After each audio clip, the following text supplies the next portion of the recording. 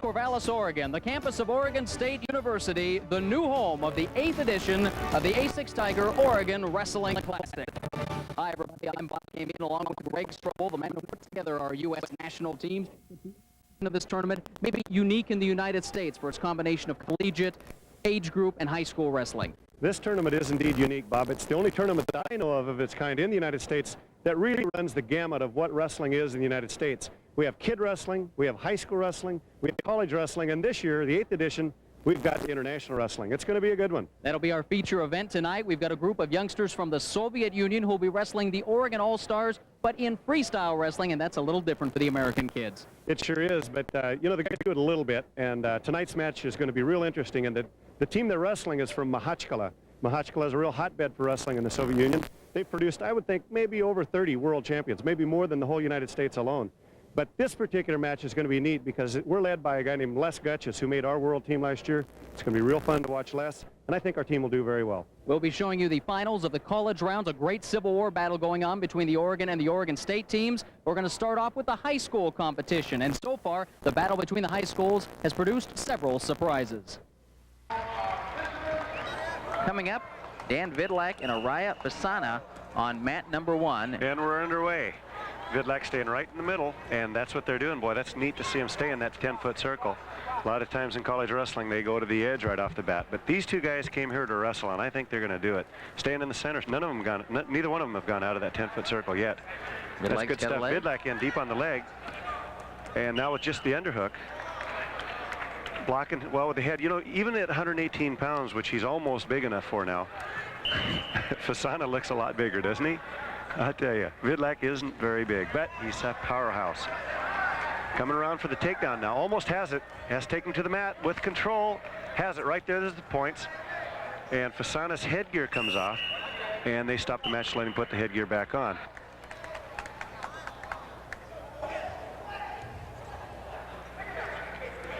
Ooh, nice attack on the leg by Fasana, but Vidlack counters well. Hits a deep double. Boy, that's nice technique.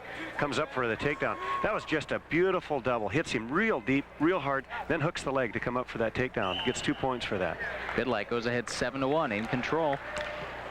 Great technique. Boy, that was just a great counter because, you know, you saw Fasana go for the leg, Vidlack countered and then immediately re-attacked, and that's the best time to do it. Caught his opponent completely off guard. He's got kind of a spiral ride there. Doesn't look like, well, it looks like he's really just trying to break him down, not ready to go for the fall right now. Fasana coming to his feet. Now Vidlack, again, he's got to take him back down, and he's been dangerously slow in doing so. And it could cost him at least a warning for stalling sometime in this match if he doesn't speed that up. Coming to the end of the round.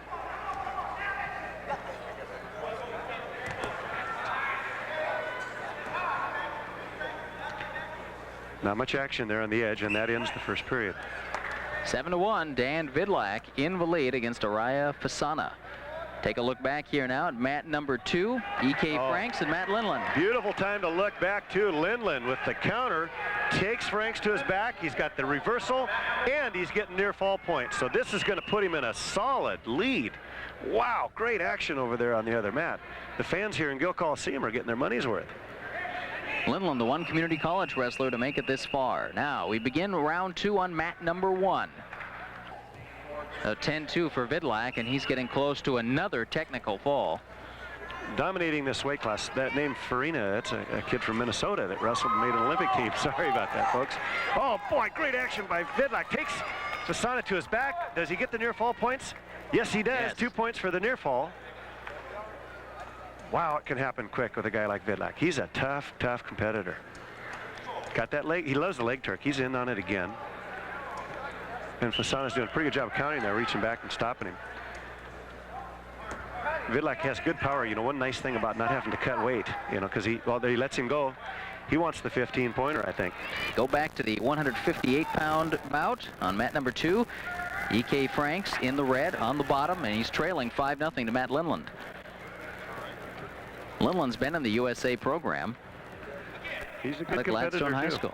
Well, Vidlack's going to use that optional start again, so Fasana gets the escape.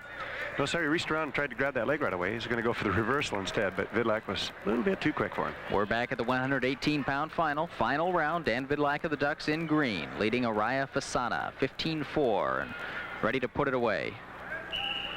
So for a guy who was hurt and missed the early part of his season, Dan has stepped right in, and there's an arm spin attempt by Fasana, but it's being countered real well right now by Vidlack. Fasana's still trying to come around on it. He's got a good hold of the arm. He's still trying to spin around. Still no control for either wrestler. And almost has the control. Still no control. And there it is. There's the control. 2 points on the board for Vidlack. 17-4, 2 points away from victory. 2 points away from the technical fall victory, and more team points for the Oregon team, by the way, because that will score. Technical fall will score an extra 3/4 point for the University of Oregon if Vidlack's able to get that technical fall. And the mat ended on the other mat, 158 pounds. Matt Lindland, 5-0 winner over E.K. Franks. So Clackamas Community College takes a championship. Vidlack again deep on that double. He's got a great double leg, and that's good news for college wrestling, and it's good news for, of course, the University of Oregon program to have a guy like Vidlack being able to attack the legs like that. He's in trouble right now. He's in real bad position. And they break it again for potentially dangerous, and no point scored, and a little bit of cheap shot stuff going on over there. There's some very conservative officiating.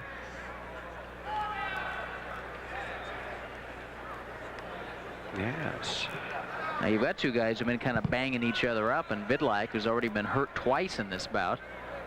Do the officials start erring on the side of safety at this point? It's possible that that's what they're doing, and of course nobody wants anybody injured, and as an official you don't want any, especially anybody injured. Vidlack had a nice fireman's carry, but doesn't get the takedown. Time runs out, and the final score 17-5. Dan Vidlack the winner. Oregon State against Oklahoma coming up next. Here's one that the Beavers have to win. Bobak Mohammedi from North Salem, a freshman, off to a great start at Oregon State, taking on Oklahoma freshman Shawn Harrison. Harrison out of one of the great high school programs, Webster High in Tulsa. When they told the Oklahoma staff they had another three-timer at Webster, he said, well, send him over. We got to have him. So Oklahoma does a great job of recruiting. They've got a very young team here with 7 freshmen in the finals. And these guys are true freshmen, too, I think. That's right. Harrison a true freshman? That is correct. Mohammedi, again out of North Salem. Born in Tehran, Iran. Family moved over. Finished 8th at Las Vegas. Freshman year, had a bad ankle. It's bothered him on and off. Harrison in on the single. Mohammedi countering well. Oh, great little cutback there. Almost an illegal cutback, but he did it successfully. And comes around for the takedown. Beautiful job. You have to be careful there. You can't do it with the leg. He did it with the arm, which is legal. So a legal cutback with the arm. Mohammedi coming up with the first takedown. This is great, and lets him go. So score will move to 2-1. Mohammedi, he ripped through this weight class too. A technical fall first match and a 16-10 win in his second match. Mark Johnson can't say enough about the strength and the work ethic of this guy. Well, takedown for Harrison makes it 3-2 now. He's on top trying to turn him. Mohammedi countering. Puts Harrison on his back. Almost has him pinned there, but still there's no reversal. And almost got the reversal point. So close. Comes over to the other side. No, he doesn't get it. This is really quite the action. No near fall will be scored here because Mohammedi put himself there. And he's trying to pin him. He's almost out of it. Whoa, referee Dan Isana down there looking close to call the fall. They can't quite see it. Right there. He's got him held on his back. But remember, there's no reversal yet. And without a reversal, there's no near fall that can be scored. But boy, does he have a good hold of his head. He is almost. Tell you what, it's almost there. He's going to get what he's going to get is an escape. So all of that action for 1 point.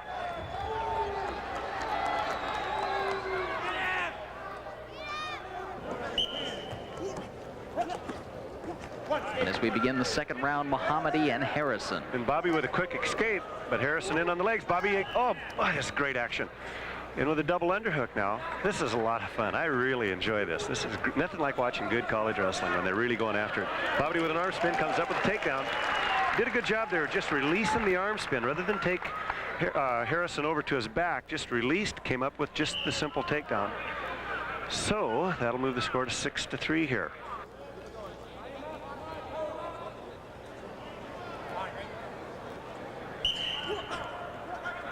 Quick move by Harrison. Good escape attempt, but unsuccessful. Bobak is still on top. He's got that inside wrist, and it's so hard to get away from that. You can see the Oklahoma kid there is laying on his belly. He's being controlled completely on top with that wrist right. It's so hard to get out of that. The best thing to do as far as bottom guy is concerned is never let him have the wrist. You get a guy in there with a good grip, they get a hold of that wrist, you never get away. And he's in trouble. The bottom guy is really in trouble. He isn't going to get away. And Mohammedi is going to be able to ride him and ride him and ride him. And he's collecting a lot of riding time right now. It looks like he has well over a minute. Matter of fact, 2 minutes now. Could be 2 minutes now. And Harrison definitely playing defensive right now. And on the other mat, it's moving to 2-1 here. Did you say third period? I believe so, or else we're just starting the third now. And that'll end the period over on mat 1. It also ends the match here, 8-4. Mohammedi likes it. In front of the home crowd at Gill Coliseum, Bobak Mohammedi with an 8-4 victory. And give Oregon State 121 3/4 points now. And so we focus our attention on mat 2, where Mark Hoyk tries to come from behind against Joey Herrera. Herrera leading 2-1. Herrera from Portland State, again in the black with the blue, white, and green stripes. Oink in the black and orange. Oink, a transfer from Wyoming, is that what that says? That's right, Iowa kid from Quad Cities. Went to Wyoming and managed to convince him to come on out here. Wanted to get into the Pac-10.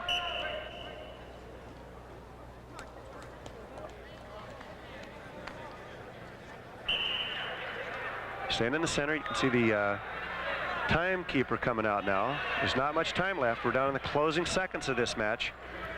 And Herrera's the one with the attack. Herrera in on the leg. And Herrera is really going after him here. Take advantage of a surprise. And Herrera gets the takedown, so. Final seconds, it's going to be over. Herrera will win. That puts it at 5-2. That's it, it's over. So Herrera attacking when he really wasn't expected to, I don't think. Joey Herrera with a late attack, puts it away, and Portland State picks up 4 points with the 5-2 victory. That puts Portland State up at 99.5. They will not win this competition, but they got a good chance at third place ahead of Oklahoma. They're awful close. And that pretty much finishes off Oregon State's chances.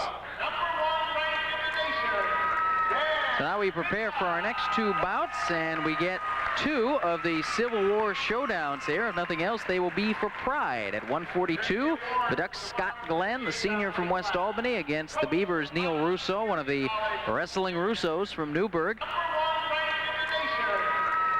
So now we prepare for our next 2 bouts, and we get 2 of the Civil War showdowns here. If nothing else, they will be for pride. At 142, the Ducks' Scott Glen, the senior from West Albany, against the Beavers' Neal Russo, one of the wrestling Russos from Newburgh. And at 134, Rob Stone of the Ducks, the Alaska kid from Diamond and Anchorage, will be taking on Lee Mcdermont, big tough kid from South Kitsap. Boy, there's a school where they know how to wrestle and lift weights and play football. All right, we're going to pick it up on mat number 1 first, and this will be Scott Glen.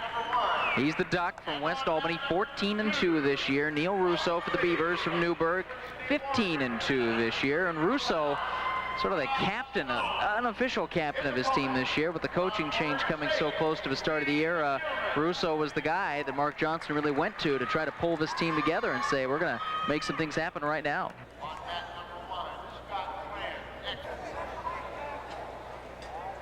There's nothing wrong with hitting somebody in the back of the head. It's the intent. I think it's the way the arm came up too. He had his arm up pretty high. Well, he started with the underhook. He started with the underhook. That arm swung around in a big roundhouse. You got it. So come around a big roundhouse. It probably looked a lot worse than it was. Yeah. But the way this match is going, though, that 1 point looking pretty good right now. That 1 point looks good for Glen, and of course we have to give Kittle a bad time. What the heck, you know? That's what they're out there for, with striped shirts, you know?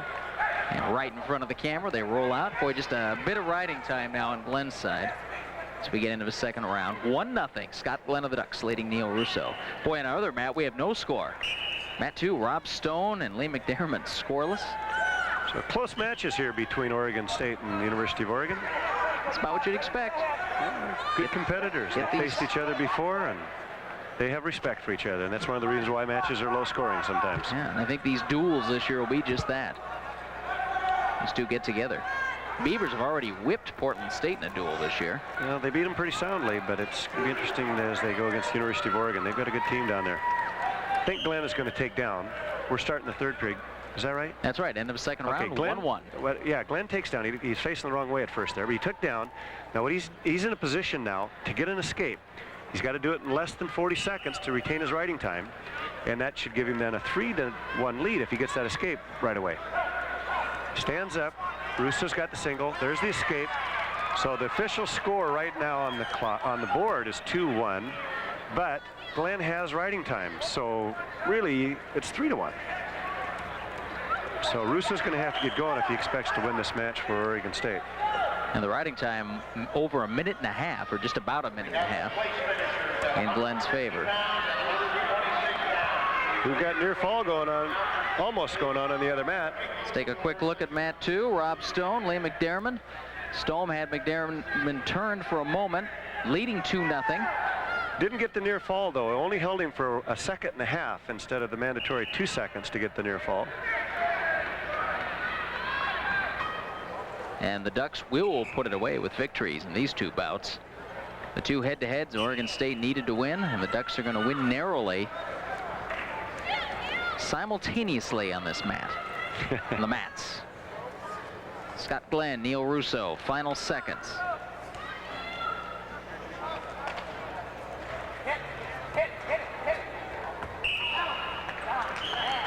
Still even up, and time is going to run out here in just a couple of seconds. Scott Glen will take a 2-1 victory as he just runs away. There is time. Glen wins. Actually, it's 3-1 with the riding time. We're going to finish up this 134-pound match here, and Rob Stone of the Ducks is going to finish off Lee McDermott. Rob Stone looking for his 13th win of the year. Time running down. He's up 3-0 on McDermott. And again, it looks like the Oregon State kid is really not attacking like he should if he expects to win this match. He's down 3-0, and Stone is the one that's taking it to him.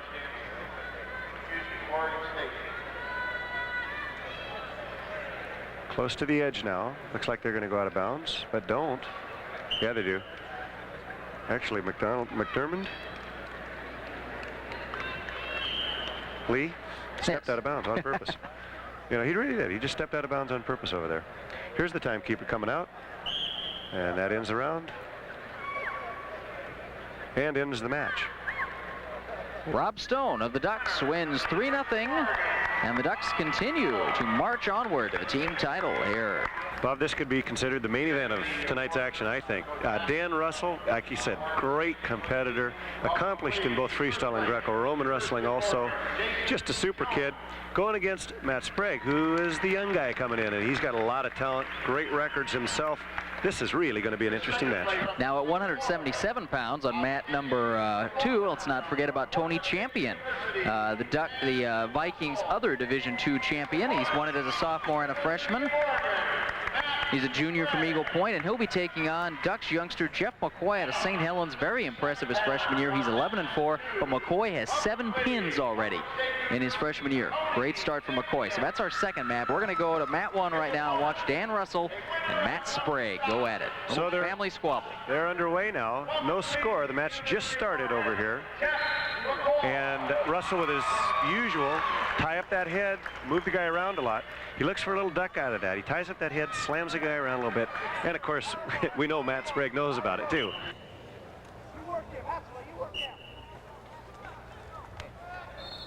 These guys are really intense. But anyway, as I was saying, it's a tactical match. They can't afford to make a mistake. So they need an offense, and they need to take a risk, but they also have to make sure they keep their defense up at the same time. And that's why we see no score so far.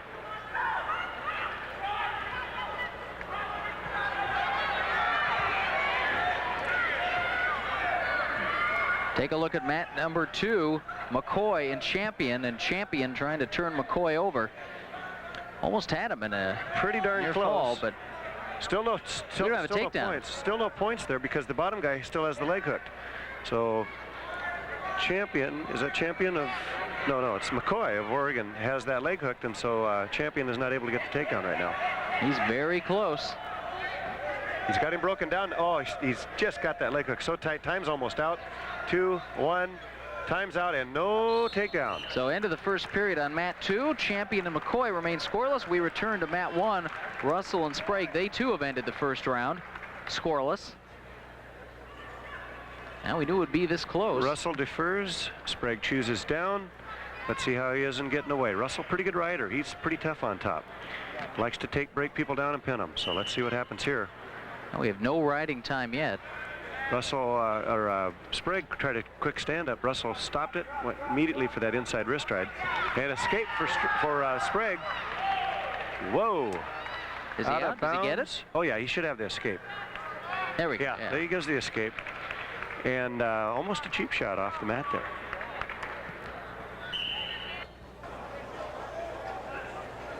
So now he says he's going to go down in the traditional start. You have to inform the official of that, otherwise it's a caution. No real consequence though. You get 2 cautions before it costs you any kind of points, so it's not a big deal. But he did get that 1 caution there to start the match.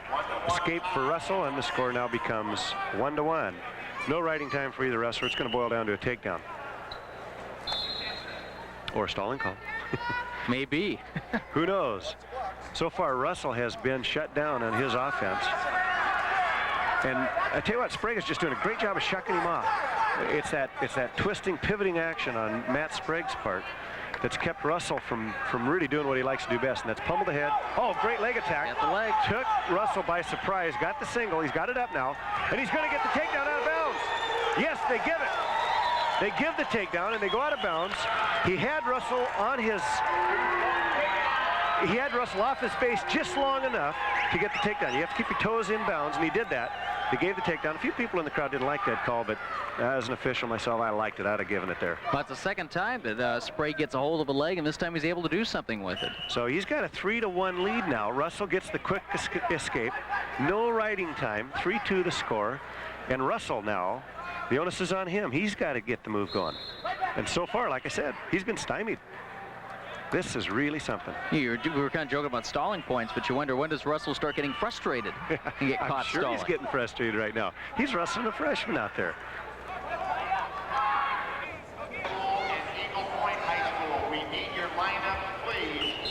I know what's going through Russell's mind right now. He's going, good grief, I've got a freshman here, and I can't take him down. Now he's in on the leg, no. He's in on the leg, he's almost got the takedown. He's got him on his butt. Coming around, but doing a great job of countering. Mark Sprague, he's got the chest lock. He's got his chest lock, and he's really fighting. Well, there's the takedown. So he's got the points. And now he's got to be worried about near fall, but he does come off his back. Russell takes the lead, 4-3. So, I bet Russell's breathing a little bit of sigh of relief right now, and so is his dad and the Portland State coach is going, wow, that was too close for comfort here. Marlon Grun isn't even on this mat. He's down coaching Champion because he figures Russell's going to, you know, his veteran senior, he's going to handle Sprague, no problem. Sprague's just a rookie, right? Rookie you wouldn't mind having. Tell you what, Oregon has got to be happy with Mark Sprague right now. Now this is good. 4-3. This is good too for Dan Russell because it's making him work. You know, we talk about how he has so few challenges left, and you need a guy like this to come up and bite you a little bit. Well, he's working real hard at it. And Russell's been used to tough matches. Last year in this tournament, he won it at 158 pounds, beating Pat Smith, NCAA champion from Oklahoma State. So he's beaten some good people. He's used to tough matches, and it shows in this match with that takedown right there. Now he's got to worry about the escape. Sprague's almost got it. Russell did a real good job of coming back.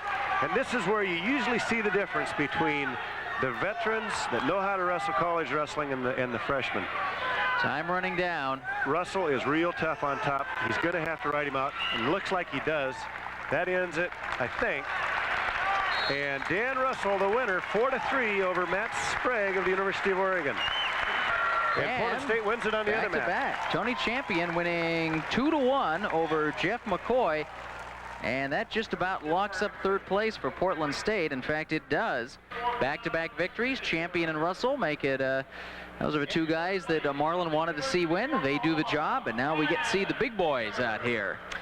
Well, this will be kind of neat. Oregon State, Portland State. 1, 2, 3 in the Oregon Wrestling Classic with Big 8 school, University of Oklahoma in fourth place. And the hometown boy, Andy Foster. 191 pounds. Kurt Strahm of the Ducks, the senior from Centennial, 11-1 this year. Second place at 177 last year in the Classic. He was pinned in the final. And he takes on Andy Foster, one of those Newburgh kids who decided to get out of the state of Oregon. He went off to Oklahoma, and they're happy to have him. He's off to a great start on the heavyweights. And Matt, too, we're going to see Matt Wilheit, a junior from Spokane for the Beavers at 13-2 this year. Of course, he's the Pac-10 heavyweight champion. He'll be taking on the other one of the Strahm twins, Cam Strahm, and they go right to it. Wilheit with that deep underhook drives Strahm off the mat. No points. Go back to the center. Back to mat 1 now as we begin. Foster in that Sooner maroon. Kurt Strahm in the green of the Ducks. And they're going to stop the match. Evidently, they've got a problem with their time clock. So that match temporarily stopped just as it got underway. And Wilheit almost has the takedown over on the edge, Back but to doesn't mat 2. get it. Wilheit again charging hard. Wilheit's a good-looking big kid there, isn't he?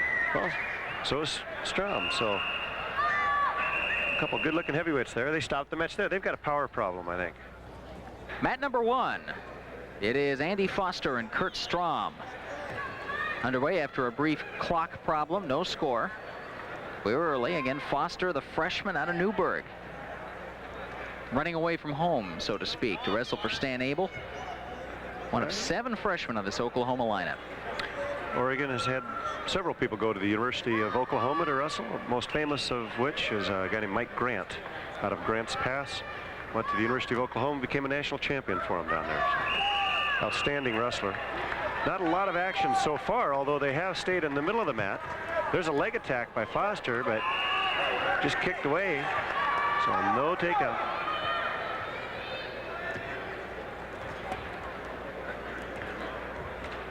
Andy Foster out of Newburgh. He's a good-looking kid, too.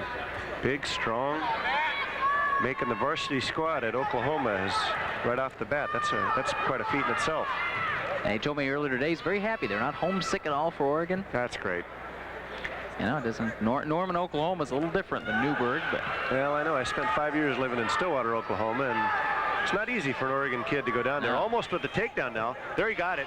To give the takedown to Strahm. No near fall points, of course. He didn't even come close to the near fall, although he was in a situation that we could call a near fall type situation. And he's on top ahead 2-0 right now. Goes right straight for the inside wrist. Great ride. You can see Foster's on his belly, can't get up.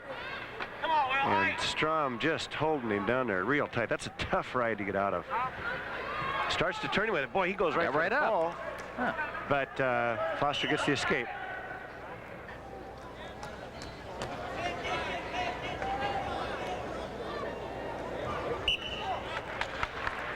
Riding time not a factor then. And they're right in the center of the mat, right where they're supposed to be. Kurt with the front headlock, spins around behind him. Great technique there. Just took him by surprise. Sudden impact is what we call that. Just hit him real hard with a shot, came around behind him, got the takedown. 4-2 is the score now. Goes straight to the wrist ride. Has Foster controlled. Foster's on his belly, can't get up. And so far, well, there he just lets him go. So far, Foster's only been able to get away when Kurt has either gotten too aggressive on the takedown or on the turn, or just plain let him go. And showing a little confidence there. Kurt feeling like he can score the points. He's acting like, okay, now I'm going to start. Let you go, I'm going to take you down. Let you go, take you down. He's got the underhook there. He's looking like, well, I've finally decided to start wrestling now. Even though the score's 4-3, he's been in control of this match the whole time. The only points that Foster's been able to get has been on escapes. Now, Kurt has thrown him around, still no takedown though, but just tossing him around with that underhook. Little cow catcher stuff right there is what we probably would call that. And they go out of bounds. Take a quick look at mat number 2. We finally have a point on the board. It is 1-0. Wilheit leading Cam Strahm. Well, Oregon State got that point with the escape earlier. He had chosen down, and in the second period got the escape, so now they're both going for a takedown. Not a lot of action out of these two big guys.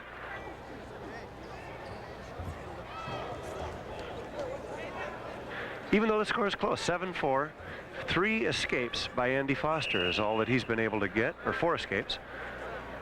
And Kurt Strahm going for the win here in the third period. He has well over a minute riding time now.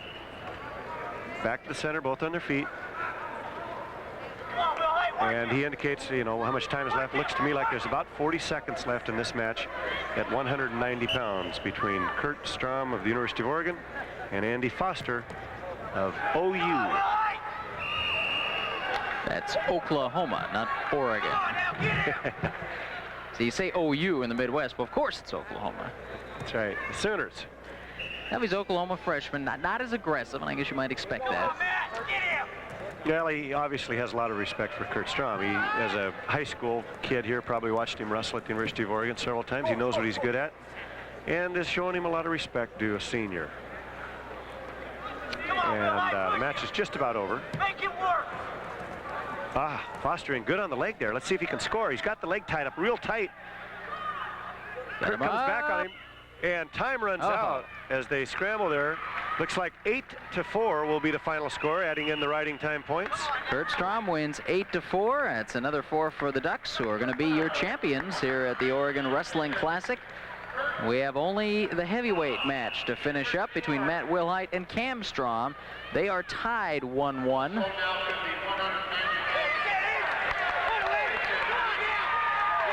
Wilheit take down 2 more.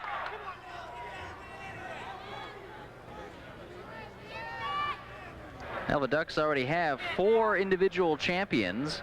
The team title, Cam Strahm trying to make it a 5th.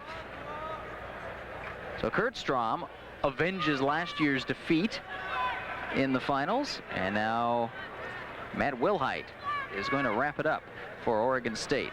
Well, 4 individual champions will also tie Oklahoma State last year with 4 individual champions too. So the University of Oklahoma, or I mean University of Oregon, showing a lot of power here in this December tournament.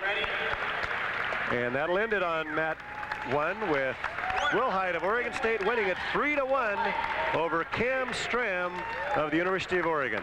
That'll wrap it up for our coverage of the Asic Tiger Oregon Wrestling Classic. For Greg Strobel, I'm Bob Akamian. So long from Corvalis.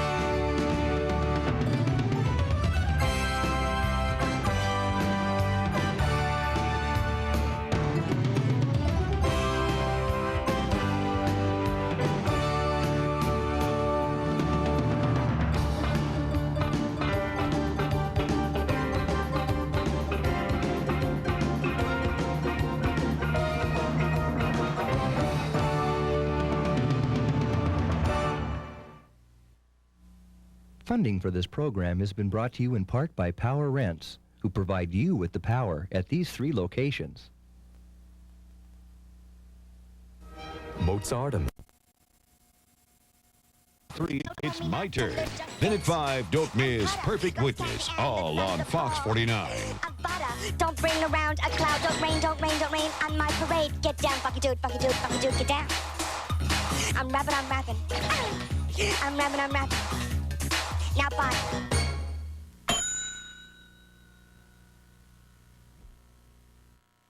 I need something tough. It's got to be rugged, okay? And fun. Something with style and power, dependable and good on gas. And I don't want to drive a tank. And You need a Ranger truck, a special edition Ranger ESS from Vancouver Ford. It's easy to handle, good on gas, and looks great. Plus, this special group of 25 Rangers comes with custom wheels, stereo, special stripes, and much more. And it's yours for only $110 a month. Yeah, this is for me, Ford Ranger ESS. See the special edition Ranger ESS only at Vancouver Ford, where trucks simply sell for less. IHOP's home-style dinners remind me of when I was a little girl. I helped Mom. My brothers helped, too. There was always plenty of food. A hot main dish, lots of vegetables and potatoes on the side. We were always on our best behavior. And if we didn't clean our plates, no dessert. International House of Pancakes presents meatloaf, chicken pot pie, and pork chop home-style dinners. Isn't it about time you came back? IHOP's home-style dinners. Your choice with super salad, just $4.99. Television is going to have a whole new face. Harry and the Hendersons. Premiering January 12th on Fox 49.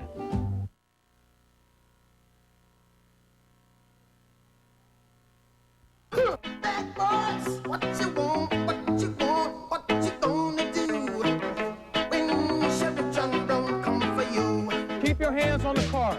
I'm doing my job. Daddy.